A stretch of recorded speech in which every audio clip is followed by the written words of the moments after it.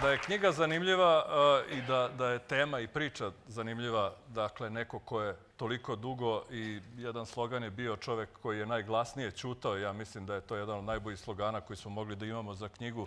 Dakle, neko ko je toliko glasno ćutao svih ovih 30 godina i konačno rešio da napiše priču o sebi, o svom uspehu, o svom poslovanju, o svom životu. To naravno da je moralo da izazove pažnju, ali da li će ta priča da se prodaje u vidu knjige i da li će ona imati neki duži život, to zavisi od toga kako je knjiga napisana i pre svega kome se obraća. Obraća se onima koji će tu knjigu, kada je jednom pročitaju, zaista i preporučivati. I onda postavlja se pitanje za koga je ova knjiga. Ova knjiga je za sve one koji su ponešto znali o Miroslavu Miškoviću i Delti, i naročito za one koji su mislili da sve znaju o tom fenomenu, koji su mislili da su mediji zaista pravo sredstvo informisanja i da prosto znaju svaki detalj o njegovom uspehu i o njegovom životu. Ova knjiga, i to je naročito važno da se napomene, je i pravi mali priručnik za praktičnu ekonomiju.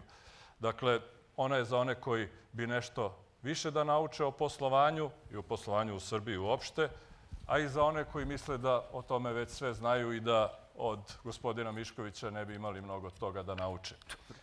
Ova knjiga je za one koji se interesuju za našu savremenu istoriju. Ova knjiga govori o prilikama koje je Srbija imala i koje je Srbija uspela da propusti.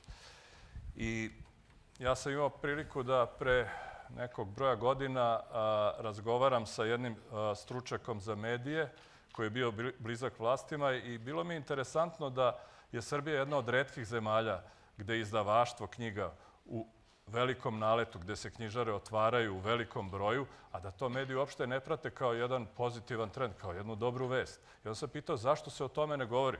A on mi je rekao, pa zato što narod voli da sluša loše vesti.